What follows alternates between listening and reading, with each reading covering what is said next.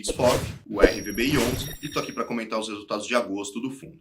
No último mês, o IFIX teve seu sétimo melhor mês da história, com 5,8% de alta. Esse foi a maior alta nos últimos 12 meses, depois de dezembro de 2021, e o fundo finalmente se reaproximou aí do patamar de 3 mil pontos, que é muito simbólico e que foi rompido ali às portas da crise da Covid-19 em fevereiro de 2020. E desde então, nunca mais os fundos imobiliários voltaram próximos a esse patamar. No último mês, mantivemos o rendimento do fundo em 75 centavos por cota, que é o mesmo patamar que vem sendo observado desde julho do ano passado, ou seja, são 14 meses no maior patamar histórico do fundo de rendimento. No entanto, nosso portfólio, a carteira do RVBI, teve uma performance significativamente abaixo do IFIX. Foi uma alta de 2,8%, ou seja, 3 pontos percentuais abaixo do índice. Basicamente, essa performance abaixo do IFIX é explicada por alguns fatores. O primeiro deles é que em momentos de maior volatilidade, seja para cima ou seja para baixo, os ativos que mais se movimentam, que têm mais valorização ou desvalorização, são os mais especulativos. Então é de se esperar que em momentos como esse, em que o IFIX sobe abruptamente,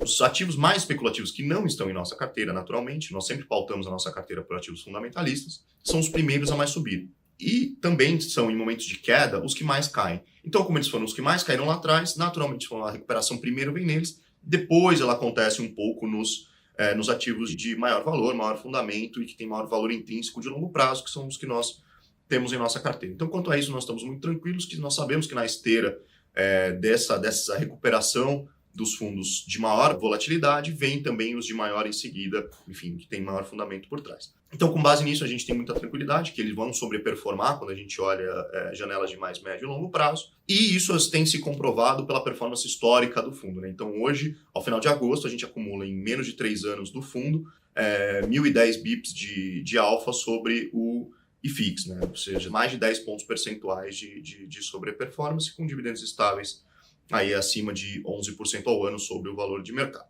Outro fator também que contribuiu para a nossa performance abaixo do IFIX no último mês é a forma com que nós marcamos agora os nossos CRI. Então, desde o início do fundo, eles eram sempre marcados na curva, pelo valor do saldo devedor. A partir de agora, pelas boas práticas de mercado, nós passaremos a marcar nossos CRI a mercado. Só essa mudança de metodologia de marcação dos CRI significaram um impacto negativo de 0,5 ponto percentual na performance do mês. E em nossa leitura, por que o IFIX performou tão bem no último mês? Primeiro, foi muito claro que foi um mês de tijolo. Então, quando a gente pega o Teva Index tijolo, ele valorizou 11,1%, contra uma queda de 0,3% nos fundos de papel. Então, claramente, foi uma recuperação do tijolo. E por que isso aconteceu?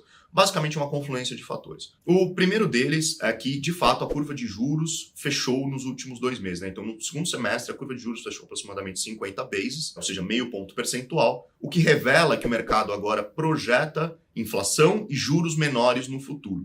E sobre essa deflação que aconteceu nos últimos 2 meses, ela tem um fator muito especial sobre os fundos imobiliários. Então, ela afetou diretamente a distribuição no curto prazo dos fundos de CRI, que vinham sendo assim os grandes queridinhos do mercado aí nos últimos 2 anos pela alta da inflação e da alta dos juros. Então, com isso, combinado, uma expectativa de juro menor, inflação menor no futuro, somado a um efeito de curto prazo que reduziu na veia a distribuição dos fundos imobiliários de CRI, isso, na nossa leitura, desencadeou já uma migração novamente dos investidores em direção ao tijolo, que o tijolo sofreu muito nos últimos anos, a grande maioria deles, se não a totalidade dos principais fundos, ficou aí abaixo tanto do seu custo de reposição quanto do seu valor patrimonial, significativamente abaixo, porque os investidores estavam mirando ali muito o rendimento, o yield ali de curto prazo, e agora voltam para esse papel e começam a retomar ali, a reprecificar esses ativos em direção ao seu valor intrínseco.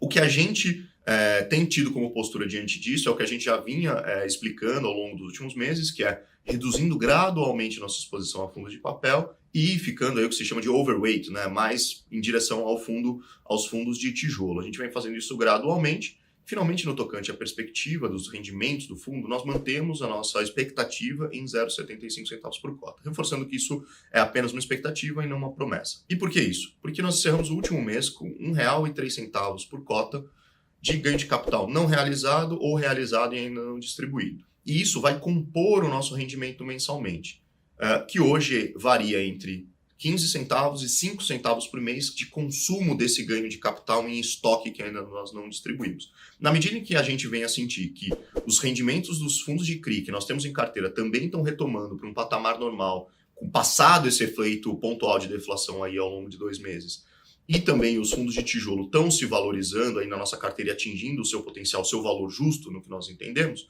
e existe espaço para a realização de ganho de capital, aí sim nós vamos ampliar esse rendimento no futuro. Convidamos a todos a conhecer mais sobre o fundo em rvbi11.com.br e nas demais plataformas de streaming e redes sociais. Até o próximo relatório.